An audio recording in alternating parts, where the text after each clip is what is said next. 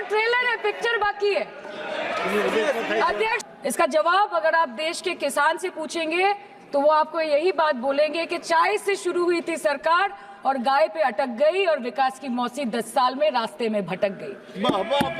Sir, एक्सॉर्बिटेड Jadavpur Lok Sabha क्षेत्र के लोगों का, जिन्होंने मुझे भारी बहुमत से यहाँ पे जिता के भेजा और ये पैगाम दिया कि पश्चिम बंगाल में नफरत की रणनीति और धोखेबाजी की राजनीति नहीं चलेगी। अध्यक्ष महोदय, मैं उम्मीद करूंगी कि आज आप मुझे पूरा बोलने का मौका दें, क्योंकि हाल ही में हुए नीति आयोग की जो मीटिंग हुई थी वहां पे हमारी माननीय मुख्यमंत्री, जो देश की एकमात्र महिला मुख्यमंत्री भी है, उनका माइक बीच राह में ऑफ कर दिया गया था। वो बंगाल के अरे अभी तो शुरुआत है, ये तो ट्रेलर है, पिक्चर बाकी है।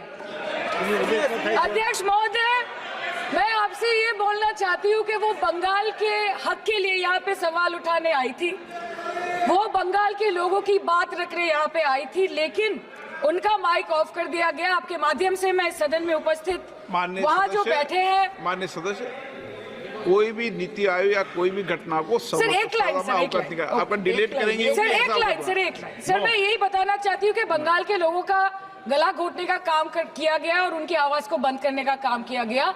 आगे जाके बंगाल की लोग आपके पार्टी की माइक ऑफ कर देंगे। बस एक चुनाव बाकी है, आप देख लीजिएगा।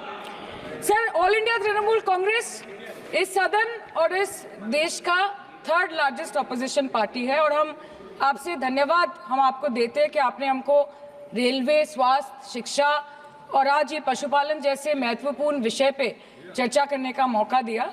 लेकिन तृणमूल कांग्रेस आगे जाके देश के हर महत्वपूर्ण मुद्दे पे बात करेगा, चाहे वो चीन का अनैतिक रूप से इस देश में प्रवेश हो या वो 700 से ऊपर आंदोलन जीवी किसानों की माननीय सदस्य, आप पहली बार बोल रही हैं, मैं आपको हस्तक्षेप नहीं करना चाहता, लेकिन जिस अनुदानों की मांगों पर चर्चा सर अभी आ रहे सर नीट के घोटाले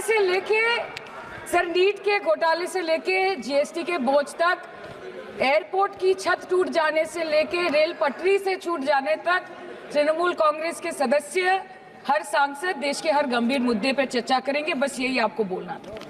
रिस्पेक्टेड सर, मामाटी मानुष is the Magna carta of the governance of West Bengal and our party, and I feel truly honored that today I've been given the opportunity to talk on a ministry which is intrinsic to the Mamati Manush of the country.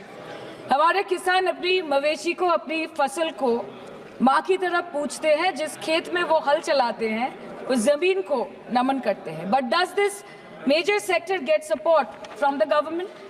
Sir, Indian agriculture supplies around 58% of India's livelihood and is a principal source of income for half of the population, accounting for 17 to 18% of the country's GDP.